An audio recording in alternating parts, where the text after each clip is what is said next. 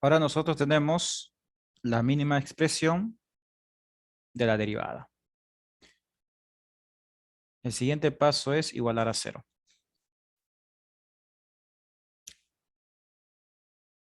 F' de x es igual a 0, donde f' es e elevado a la 2x más 1 y toda esta función exponencial multiplicado por 2x más 5.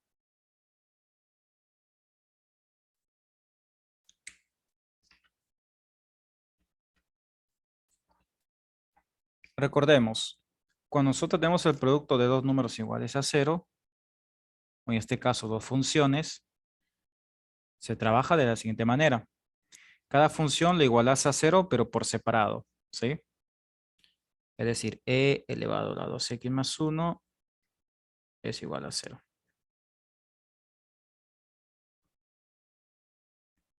Dos por x más 5 es igual a 0. Despejas la x de esta ecuación. 2x es igual a menos 5. El número 2 lo pasas a dividir y esto es menos 5 medios.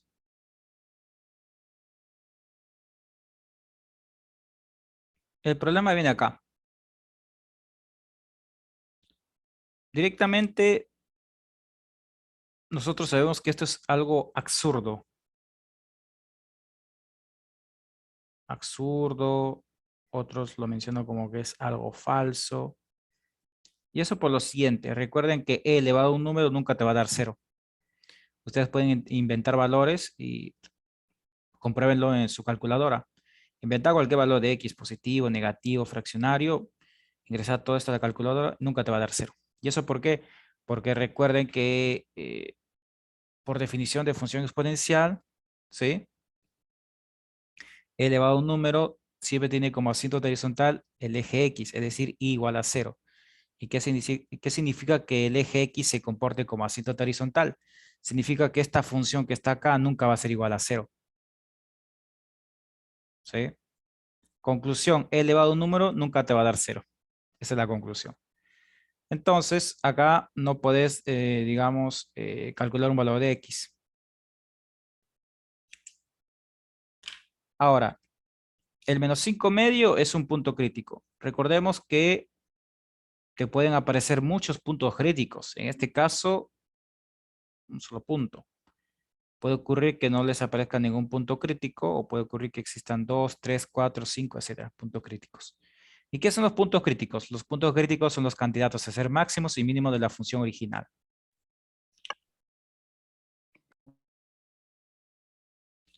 Ahora nosotros vamos a construir la recta numérica.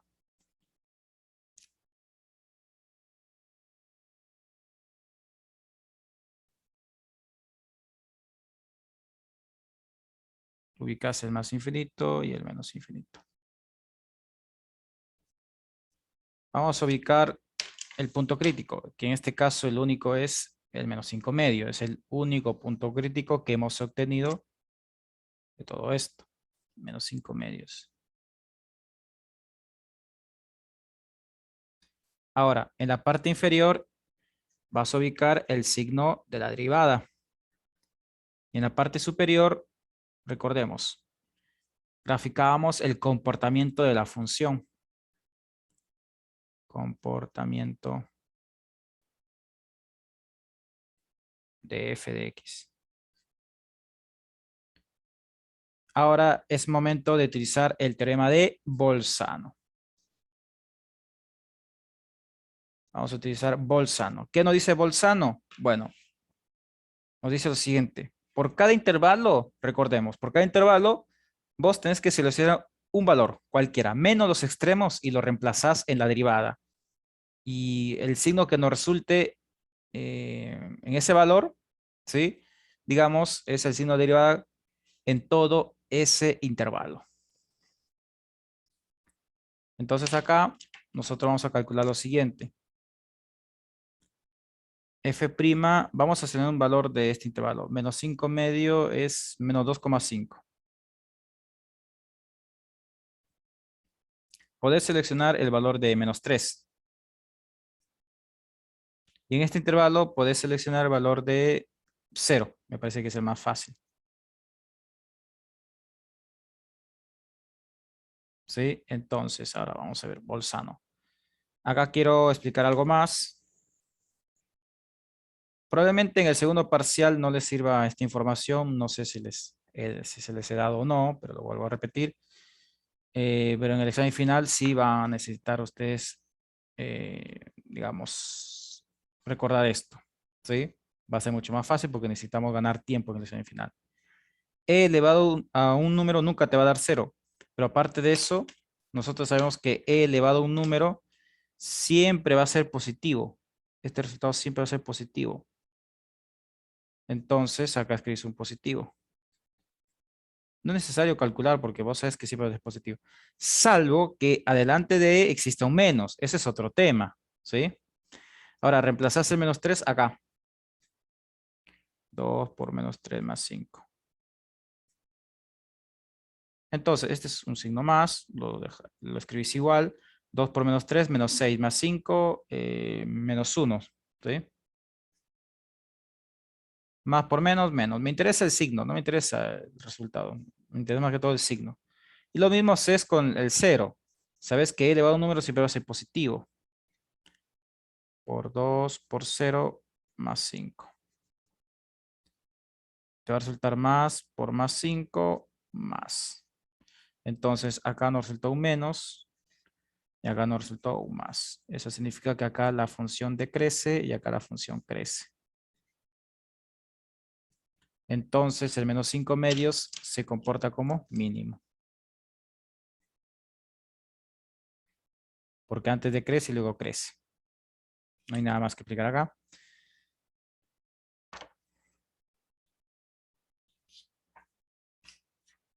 Ahora, ¿qué nos pide el ejercicio? El intervalo donde crece y decrece. El intervalo donde crece les puede aparecer de esta forma o les puede aparecer de esta otra forma en las alternativas. Cualquiera de los dos es válido. El intervalo donde crece es desde -5 medios a más infinito. Y el intervalo donde decrece la función es el siguiente. Menos infinito hasta -5 medios. Listo. Ahora calculas el máximo y el mínimo, que es lo que nos piden también en el enunciado. Máximo, no existe máximo, entonces la respuesta es el conjunto vacío. Mínimo, bueno, mínimo es x igual a -5 medios. Y tenemos resuelto el ejercicio.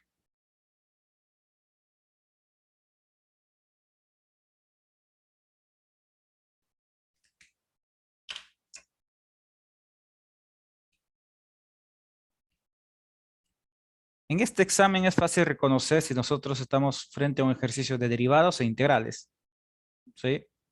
Acá sabemos que está en derivada porque te menciona intervalo donde crece, decrece, máximo y mínimo, derivada.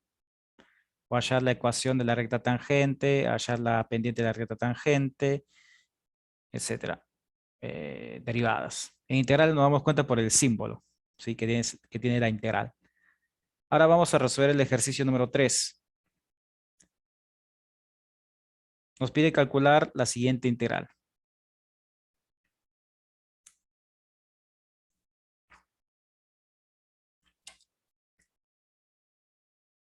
Ejemplo número 3.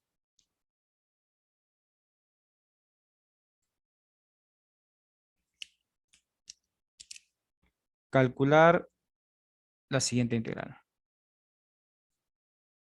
Integral de coseno por la raíz cuadrada de 8x más 1.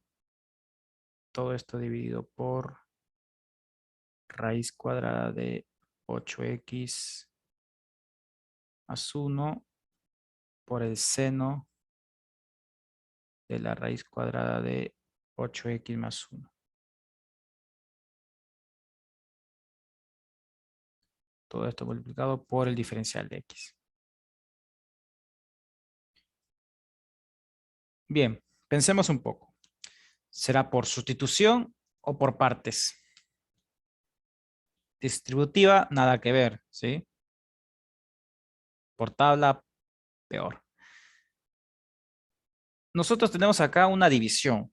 Cuando vos tengas enfrente una integral y observas una división, casi siempre va a ser una integral por sustitución. O sea, la probabilidad de que sea por partes es muy poco, es muy bajo, ¿sí?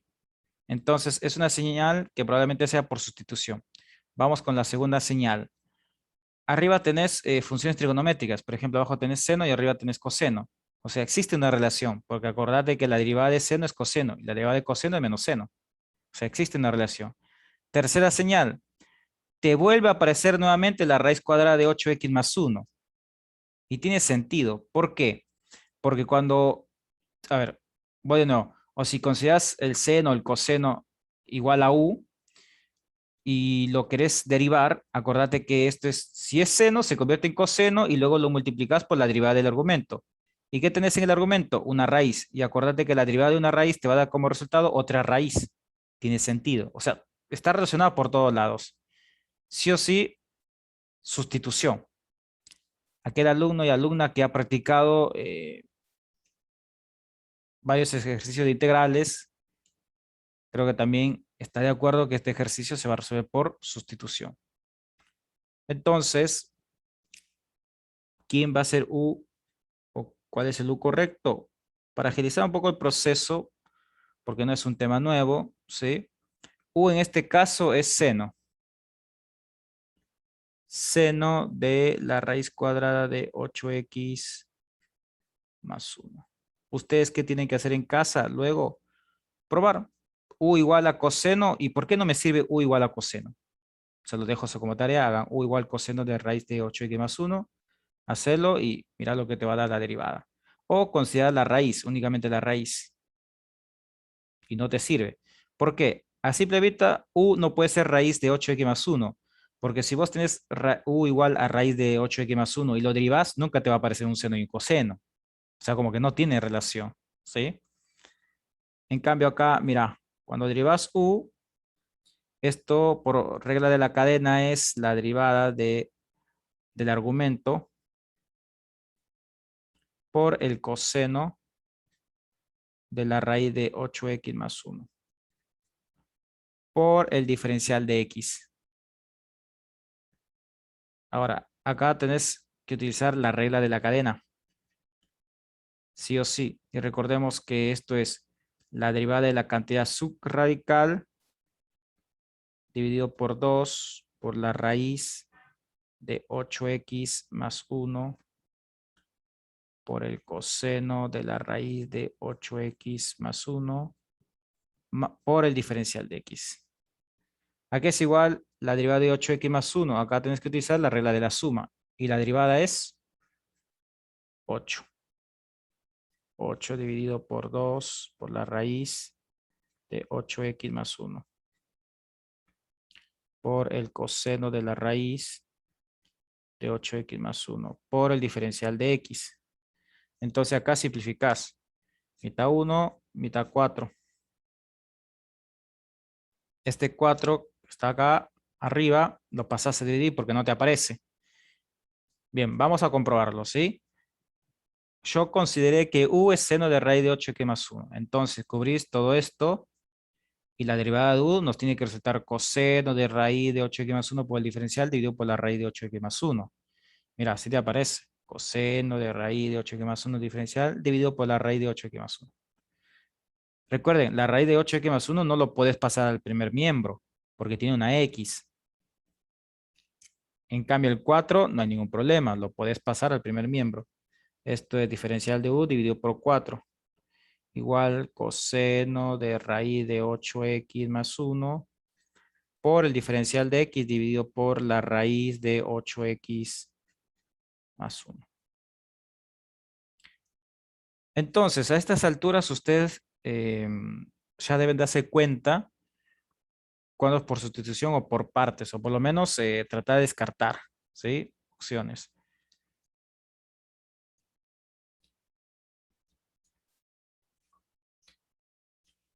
Cuando es una multiplicación, sí tiene probabilidad de ser por partes y por sustitución, ¿no? Pero cuando es una división, mayormente va a ser una sustitución. A modo de repaso, recuerden, ¿sí? Cuando ustedes tengan una función seno, el argumento puede ser cualquier función matemática, seno, o tienen coseno, o logaritmo natural, o tienen una raíz. Recuerden, ¿quién puede ser u en el método de sustitución? U puede ser toda la función. Puede ser toda la función o puede ser únicamente el argumento. ¿Sí? Acá me sirve toda la función.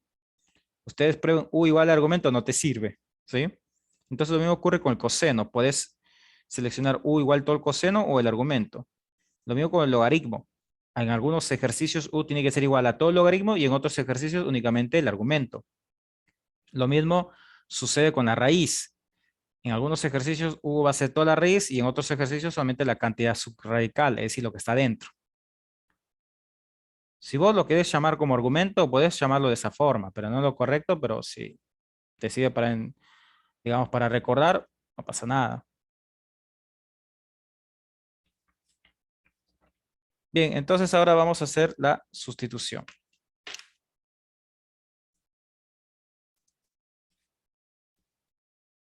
Esto es integral. Coseno de raíz de 8x más 1 diferencial sobre la raíz. Te va a dar du sobre 4. Du dividido por 4. Recordemos que el seno está dividiendo, es decir, está multiplicando 4.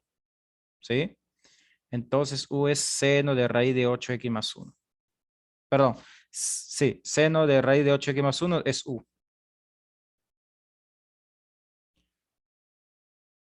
Ahora, el 4 es una constante, lo ubicas siempre fuera de la integral. Si ustedes desean, desde un inicio, lo pueden ubicar adelante de la integral, sin ningún problema. ¿Sí? Y nos resulta du dividido por u. Recordemos que cuando u está en el denominador y esa u está elevado a la 1, nunca lo ubicas en el numerador, siempre queda en el denominador.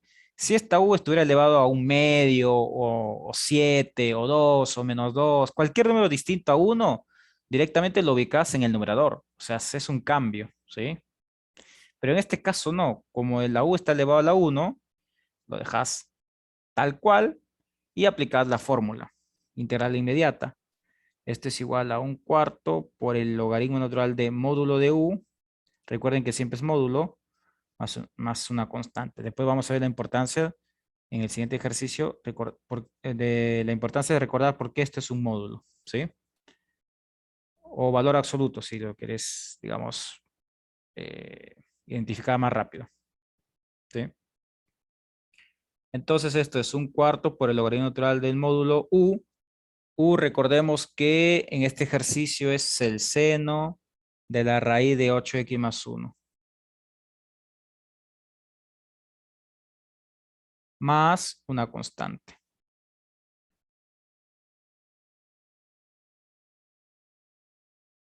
Y tenemos resuelto el ejercicio. La respuesta es la tercera opción.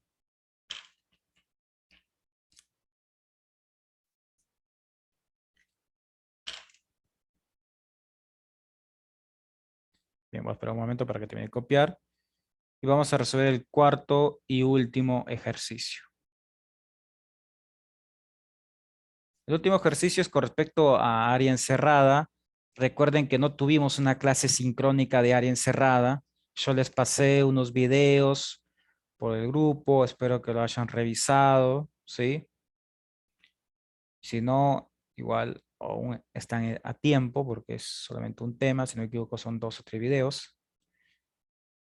Pero si ustedes saben integral, no hay problema, porque área encerrada es identificar cuál es el techo y cuál es el piso. Y cuáles son cuál es el límite inferior y superior. Y lo demás es integrar. Vamos a resolver el cuarto y último ejercicio.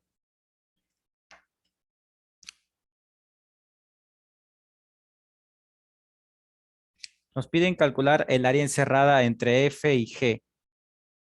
Calcular el área encerrada entre F y nos informan que la función F es una función homográfica. Y nos dan también una función G que es una función constante. Es decir, que la pendiente vale 0.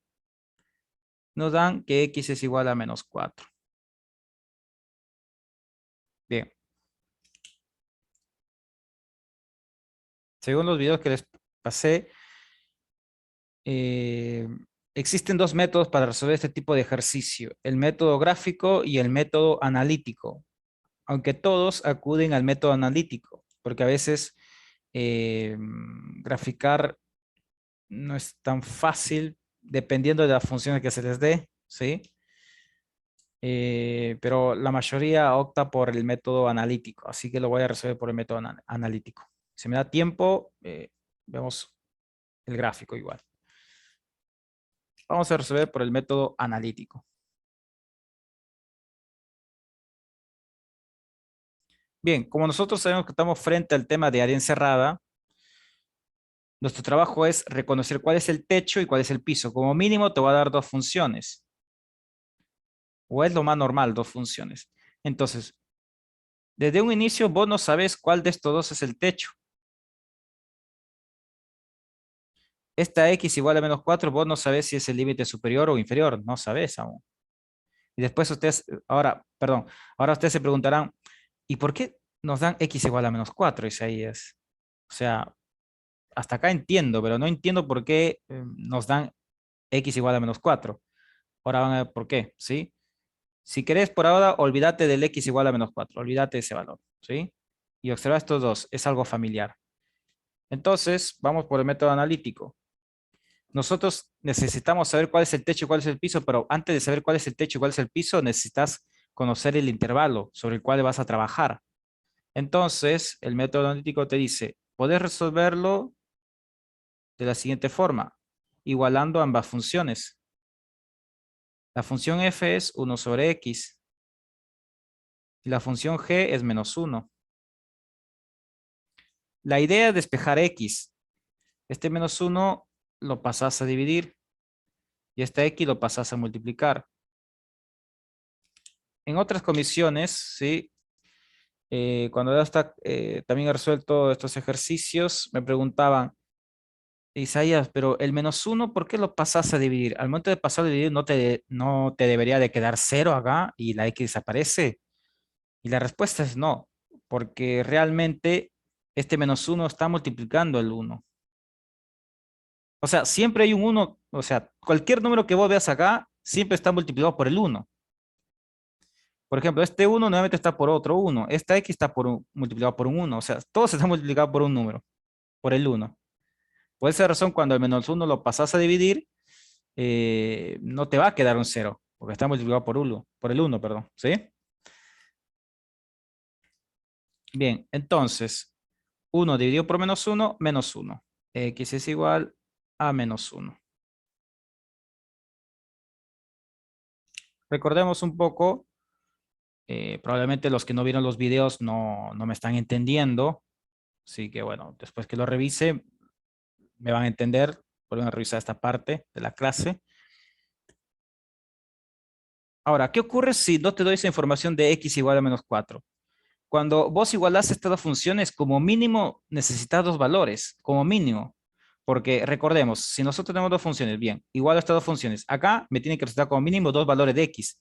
¿Y por qué como mínimo dos valores de x? Bueno, yo necesito un intervalo para saber cuál es el techo y cuál es el piso.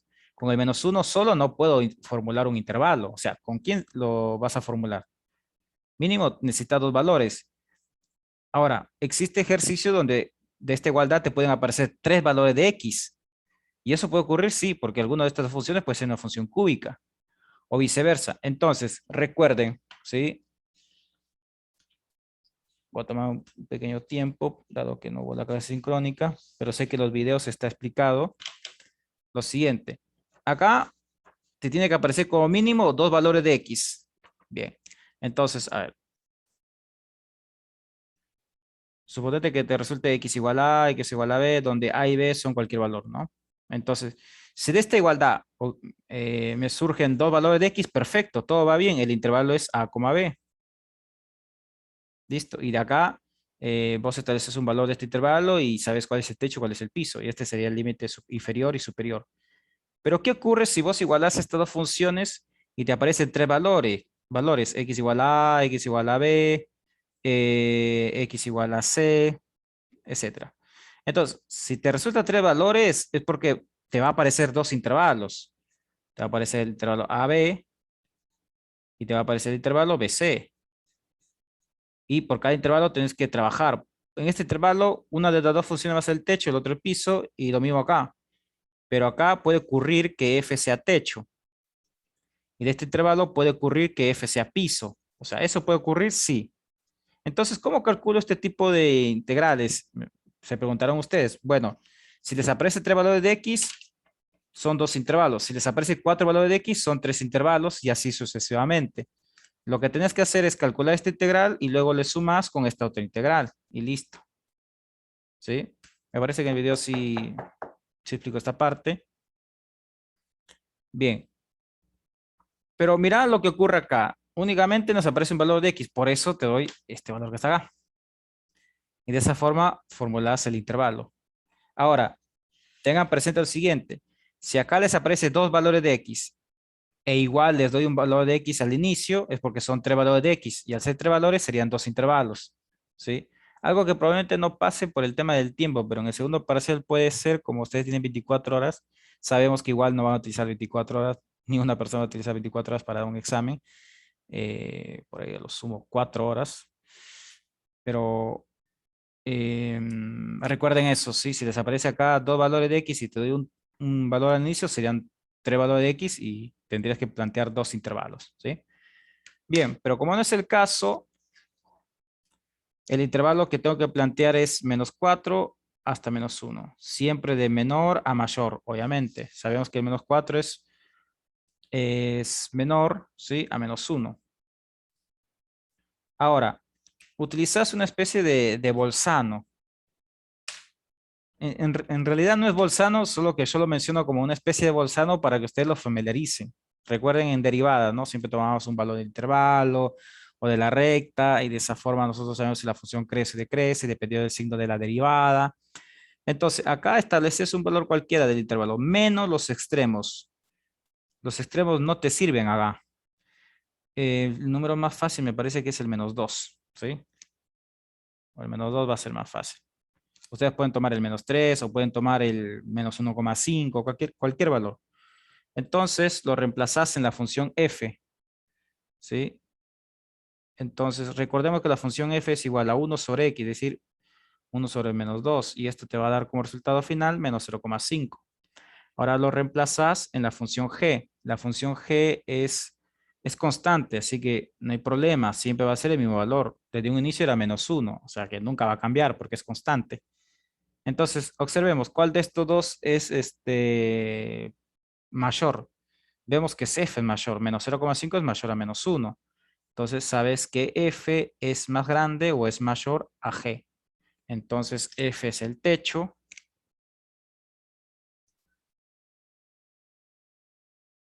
y g es el piso. Recuerden que esta es una alternativa. Si no quieres aplicar esto, tenés que graficar ambas funciones y ver en el gráfico cuál es el papel de techo y cuál hace el papel de piso. O sea, son dos formas de resolver este ejercicio y ustedes deciden con cuál método se queda, o analítico o geométrico, o el método gráfico también. Igual, método geométrico o método gráfico. Ahora nosotros vamos a plantear la integral. Sabemos que el límite inferior es -4 y el límite superior es -1. Techo menos piso. El techo es f, entonces es 1 sobre x. Menos el piso. El piso es -1. Recordemos la función g. Es -1.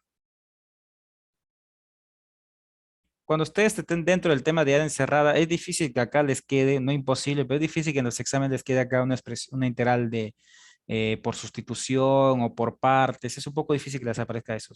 Sí, chicos, es por el tema del tiempo. Acá lo más probable es que se resuelva por distributiva.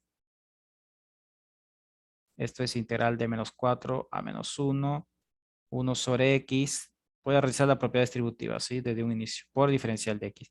Menos por menos es más. La integral de menos 4 hasta menos 1. Bueno, menos por menos es más, nos da 1 por el diferencial de x. Mira, ambas son integrales por tabla o integrales inmediatas.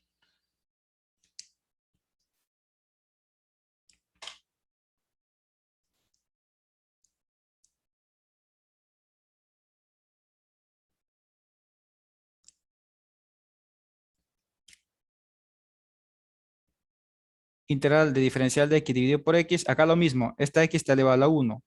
Entonces nunca lo ubicas en el numerador, lo dejas tal cual, ¿sí? En el denominador. Esto es igual al logaritmo natural de módulo de x, más la integral de diferencial de x es x. Y todo esto evaluado desde menos 4 hasta menos 1.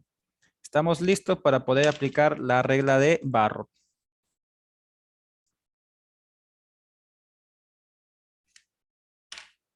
Bien, continuamos. Vamos a aplicar Barro. Vamos a aplicar Barro. Esto es, primer paréntesis. Reemplazás primero el superior, ¿sí? Logaritmo natural de módulo de menos 1 más menos 1. Cerrás paréntesis y ubicas menos por la regla de Barro. Ahora reemplazás el menos 4 en la x. Logaritmo natural de módulo de menos 4 más menos 4.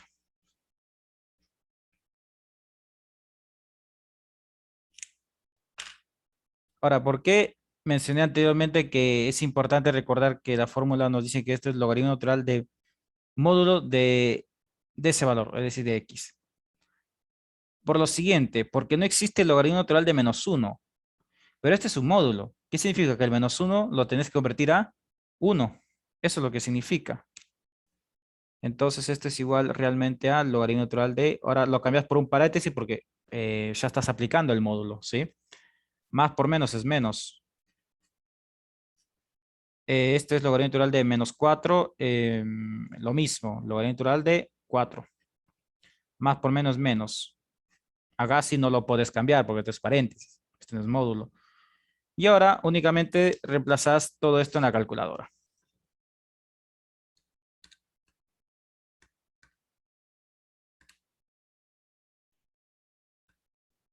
Creo que igual podemos avanzar porque logaritmo natural de 1 vale 0 menos logaritmo natural de 4 menos 4.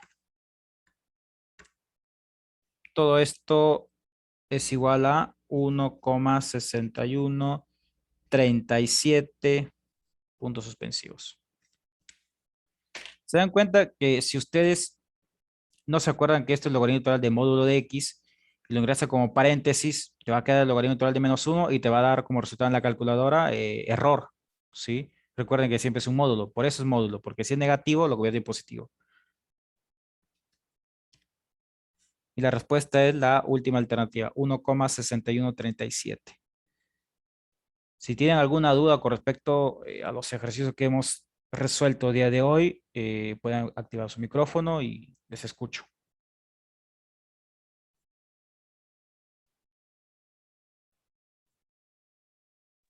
Profe, ¿vas a pasar otro examen así modelo para hacer? Sí, sí tengo más. Sería bueno pasarles para que sigan practicando. Muy buena idea. Voy a buscar, sí, tengo más de estos. Voy a buscarlo. eh, a ver si les alcanzo a muy tarde el día sábado. Si hasta el sábado ustedes ven que no he compartido PDFs por el grupo, me escriben, sí, porque por ahí me puedo colgar con esto, porque estoy con otras cosas también. Y bueno, si hasta el sábado no subo, me escriben por el grupo y listo. Lo busco y les comparto para que ustedes tengan más ejercicio para practicar. Profe, disculpe, una pregunta. Sí. A mí no me quedó del todo claro por qué ese menos uno pasó a dividir en vez de sumar. Solo porque había un uno adelante, no me quedó claro eso. esta parte. No, no, antes. Veamos.